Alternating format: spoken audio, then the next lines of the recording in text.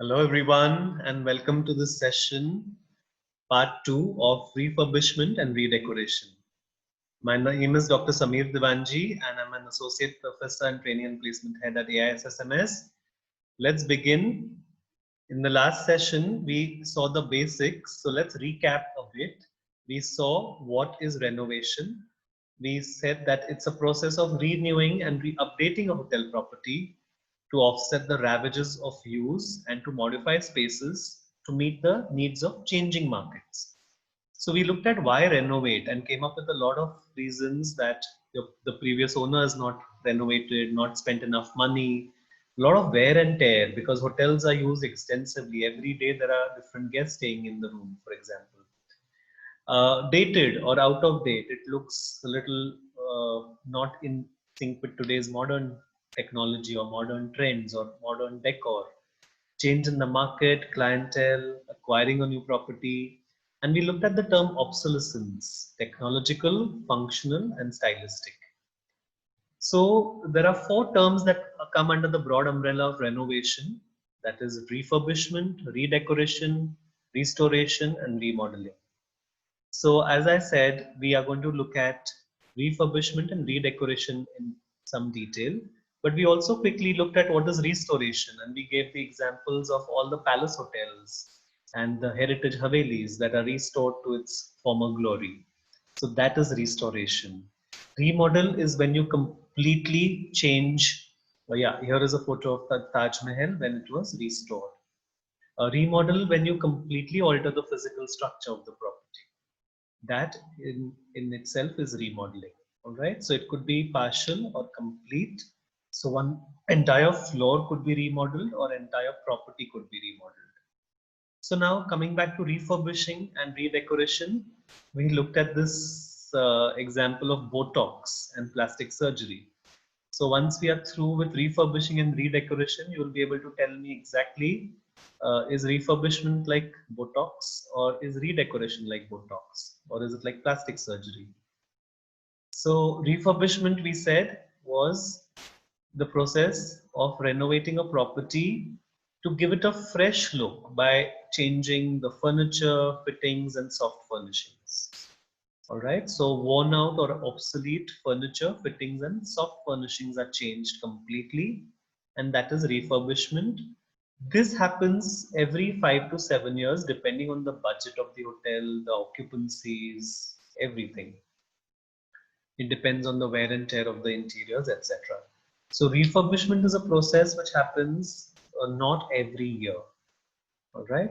Then we looked at steps in refurbishment program. As I said, I'm also doing these steps in detail as a separate video. So we quickly ran through these steps and how the entire program, right from first inspecting and evaluating to the budget allocation, time, staff, and choosing the right material, and then finally implementing it, and then taking off from contractors. Redecoration is done annually to maintain hotel standard. So start looking at the differences already in your mind. Refurbishment, the cycle is pretty much 5 years or 7 years. It could be 4 years also in some cases, but it's not annually definitely. But redecoration is the quick finish, the quick touch, the quick change that you do to make it look a little new. So redecoration is done annually to maintain hotel standard. All right, so a little paint work, a little touch up furniture and accessories, renewal of soft furnishings, and spring cleaning. I would equate this to what we do at home. We rearrange our furniture, we do a slight paint touch up. I know a friend who polishes, who gets all the wooden surfaces varnished or polished. And of course, Diwali is a time where we do complete deep cleaning and spring cleaning of the house. All right, in Indian households, we do it more often, but Diwali definitely you really look into complete redecoration and maintaining of your house. So that can be equated to redecoration of the hotel. So soft furnishings, you get new cushions, pillows, you change your upholstery, all those little touches that you do are redecoration.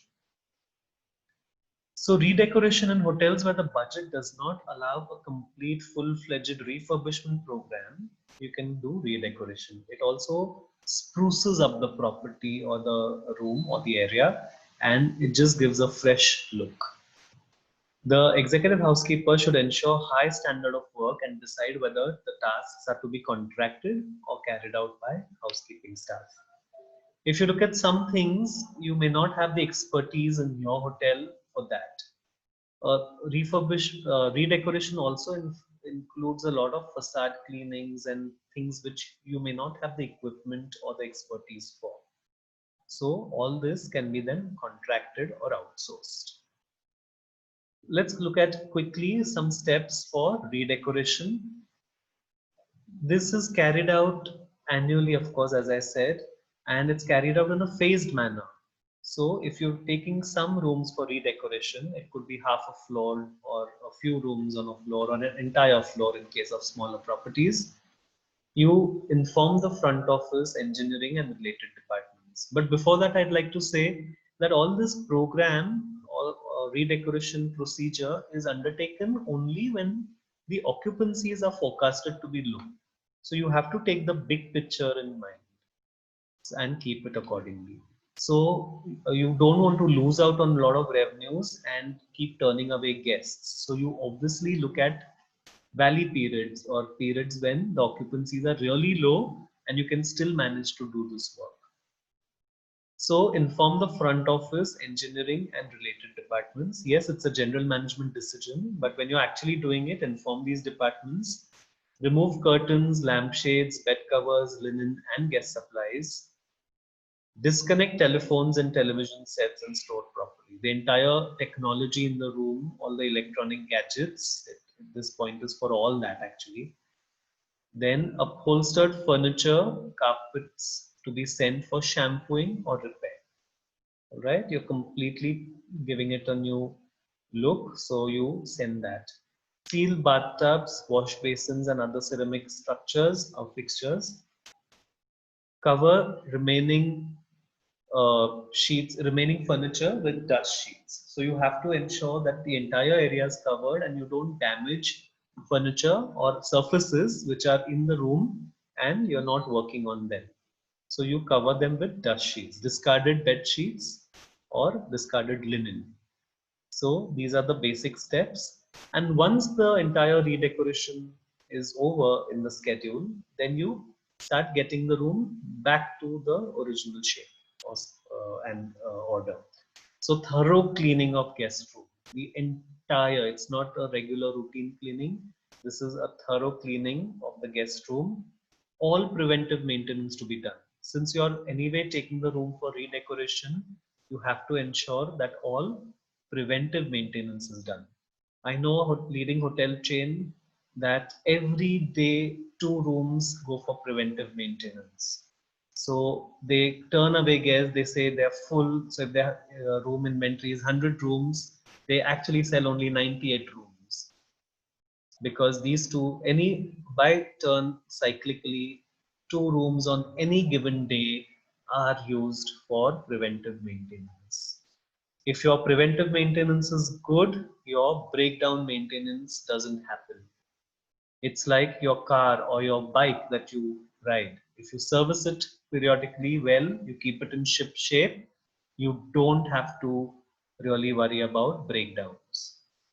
So that's preventive maintenance for you. Placing of fixtures, furniture, upholstery, guest supplies, all that should be there in the room is placed in the room.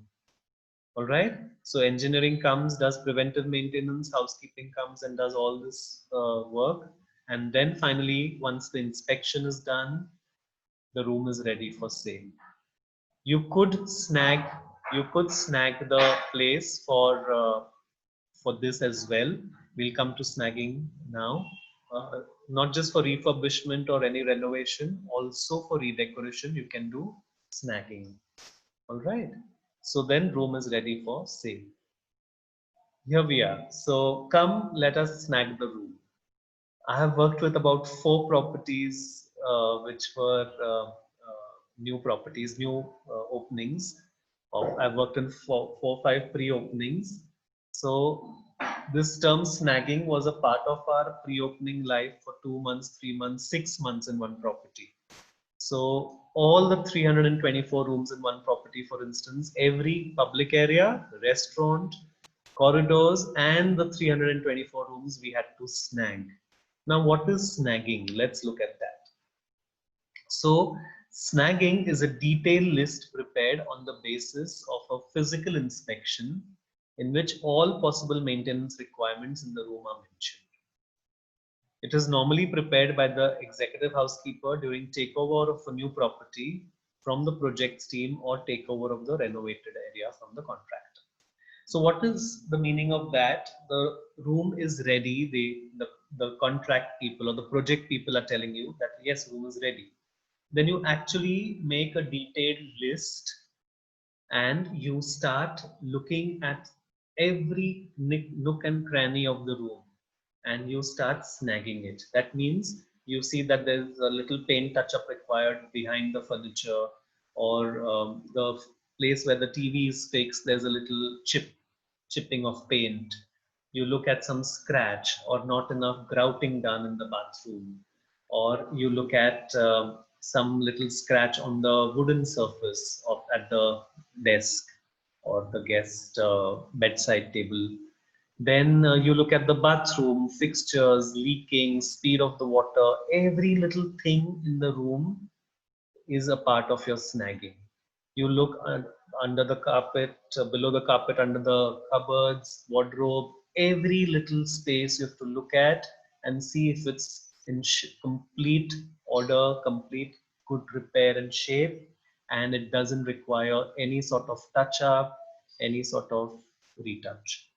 So a snag list or snagging is something which really requires eye for detail. You have to really have. I know of an executive housekeeper, a senior lady who had a huge torch in her hand when she was snagging. Believe you me, she was snagging the room in broad daylight with all the lights on, but she had a torch because she had to look at every surface. So she used to go with a torch and you know look at all the floor level to the high level, ceiling level, everything. So that is snagging. So you take the snag list, you mention whatever has to be done. Once it's taken back by project and done, all the points are taken care of, then the sign off happens. So it's a detailed list prepared on the basis of a physical inspection in which all maintenance requirements are mentioned. Whatever is required is there in the snagging list or the snag list. All right, a snag list should cover external walls, pathways, gardens, roof, plumbing, electrics, doors, ceiling, everything that you can think of, we've listed and more. All right, this is an indicative list, not an exhaustive list. And this is a specimen of a snag list taken from Raghubalan. It is a snag list. It's a small part of a snag list. This is probably list number 2 or 3. The first detailed one is done, and now you have just a few things left. So if you, as I told you, if you see room number 302 here, the TV power socket is not working under electrical, under masonry, the paint above the wall skirting near the window chipped. So can you imagine you have to look at every inch of the room because you have to see every little particular part. All right. So paint above the wall skirting near a window is chipped, or leak in the hygiene shower in the bathroom, or laminate chipped in the inner part of the wardrobe. Smudge on wall below the window. So all these things have to be taken care of. All right. Then 308, recessed light in far right corner not working, small cracks, water, coffee table is wobbling, cement marks in the bathroom have to be removed, etc. And then of course miscellaneous. So you have to really take care of every little point, and that then is snag list. Once the snagging is over, then you actually sign off. The contractor or the project team signs off and the executive housekeeper signs off, and then it means from now on the entire responsibility is then with the housekeeper. So this for you is the snag list. I hope you've understood what is we recapped refurbishment, we looked at redecoration, and now to answer the question, yes, redecoration is like a Botox shot, and refurbishment is more like a detailed planned program like refurbishment program. All right. So, and then of course, snag list is an integral part of any renovation carried. It could be a restoration project, remodeling, redecoration, or refurbishment. For any program, any initiative, a snag list or snagging is a must. All right. So these are some references. There's a quiz that which is there in the description of this video. Please take the quiz after the session. If you've missed the part 1, please do watch part 1 as well, so that it's a complete topic in itself. All right. Thank you for your time. Thank you for your attention, and thank you for your commitment to be an excellent hotelier.